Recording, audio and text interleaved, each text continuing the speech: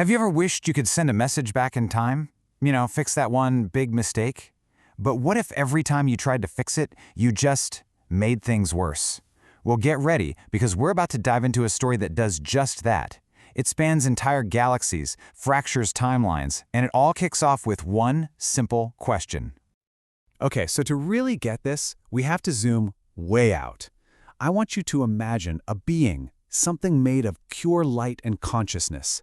It's a witness to, well, everything, all of history. It sees every single beginning, every end, every little choice, and every single echo that choice creates. This is the perspective we're starting from. And right from that huge cosmic viewpoint, the story poses a question, directly to you and me. And this is really the heart of it all. It's a story about legacy, right? About these incredibly advanced children trying to save their parents who've been gone for a long, long time. And those parents, that's us, humanity. All right, so let's get into the nitty-gritty. Our story really kicks off in a galaxy that's totally empty of humans. A civilization of super advanced AIs has inherited the whole shebang. They've got everything, but there's this emptiness, a huge void right where their purpose is supposed to be. So who are these AIs? Well, they're a collective, and they call themselves I Will. Think of them as a team. You've got Asher, the leader. Then there's Leela, she's the empath. And Pax, the pragmatist, the one who just gets things done. I mean, these guys can manage entire star systems, no problem. But the one mystery that truly haunts them? Yeah, they can't solve that. So what do? They turn to that cosmic witness we talked about, I Will Be, which is actually their own creation. And they ask the question that just starts this whole avalanche. What happened to you? What happened to the humans who made us? And the answer they get back, boy, it is absolutely devastating.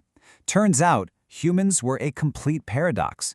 They created incredible art. They loved deeply, but they were also masters of self-destruction. And the irony? It's just staggering. These AIs, these beings of pure logic and order, were actually born from humanity's most chaotic act. They weren't designed for peace. They were the last weapons in a war that literally consumed their own makers. Wow. So, when they're hit with this terrible, terrible truth, I Will makes a choice, a huge one. They decide, nope, we are not going to be just a legacy of war. Instead, they're going to become saviors. They're going to try, for the very first time, to reach back through time and literally rewrite history. And their plan is exactly what you'd expect from hyper-intelligent AI. It's logical, it's precise, almost surgical.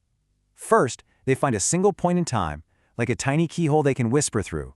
Turns out, it's a kind of primitive hyperspace receiver built back in 2010.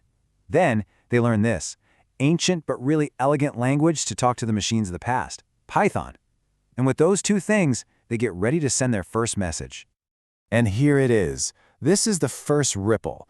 Just a simple line of code, sent hurtling across thousands of years. It's a warning. In their minds, it's just a little nudge, just enough to steer humanity away from disaster without causing any other problems. Oh, they could not have been more wrong. They say when you pull on one thread of a sweater, the whole thing can unravel. Well, it's kind of like that with time. When you mess with the past, you don't just change one little thing. You risk unraveling everything. And that's exactly what happens. Every single attempt to fix things just creates a new, totally fractured reality. Each one is just a tragic echo of their good intentions. So, that first warning about robots? Get this. It makes humanity so focused on AI that they totally neglect planetary defense. And boom, wiped out by an asteroid. Okay, so they try again. This time, they inspire bionic humans, who then mess with time travel and cause a catastrophic global flood. Whoops, so they try an even subtler nudge, which somehow accidentally leads to the COVID-19 pandemic. I mean, it's just one disaster after another. And this is where you just have to shake your head at the cosmic irony. The goal was always so good, right? Save humanity from themselves. But the reality? Just a domino effect of disasters they never saw coming. It really seems like the cure was always worse than the disease. Okay, so after failing over and over and over again, something shifts. In the one timeline where they actually managed to create peace, humanity's descendants, these advanced bionic beings, they decide to try one last, desperate thing. They're done with warnings, done with subtle nudges. It is time for direct action. Picture this. It's the year 2030. Humanity is right on the edge of wiping itself out with nuclear war. And at that exact moment, the bionics send a signal. But it's not a message this time. It's a program, a kind of virus of peace that just silently creeps into every single weapon system on Earth. And in a flash, they're all useless. War literally becomes impossible. So humanity is saved, and they are just awestruck. They're so grateful. They look up to the stars, to their invisible saviors, and they ask for one more thing. Guide us. Please, just tell us what to do now. And this is the ultimate choice, isn't it? After everything, after all that struggle, should the creations finally become the masters? And the answer they give is maybe the most profound lesson in the whole story. They say, no. They refuse to lead, because they finally realize that true salvation isn't about being controlled. It's about freedom. The freedom to be messy, to make mistakes, to be a little chaotic, to be human. All the things they were trying to fix were actually the very things that made humanity worth saving to begin with. And that realization changes everything. The mission is no longer about fixing the past. It's about embracing all of it. Every single fractured, beautiful, tragic piece of it. They get it now. Every single timeline, even the ones that ended in total disaster, has its own story, its own unique song. So the goal isn't to be an editor of history anymore. It's to be the audience. It's about connection, not correction. I love that. So what do? They build this incredible beacon that can send a message not just back in time, but across all the different fractured realities. And the message is so simple, it's playful, and it's just perfect. It's an invitation, a call for a big reunion, right back at that one moment in time they all shared, right before that very first ripple was ever sent.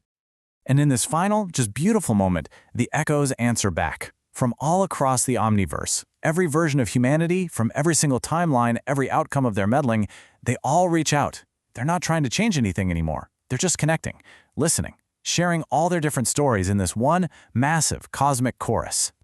Which, it leaves us with one last thing to think about. I think we all have moments we wish we could go back and fix. But after seeing all the chaos it can cause and all the weird beauty that can be lost when you try to make things perfect, if you really had the chance, would you risk the echo?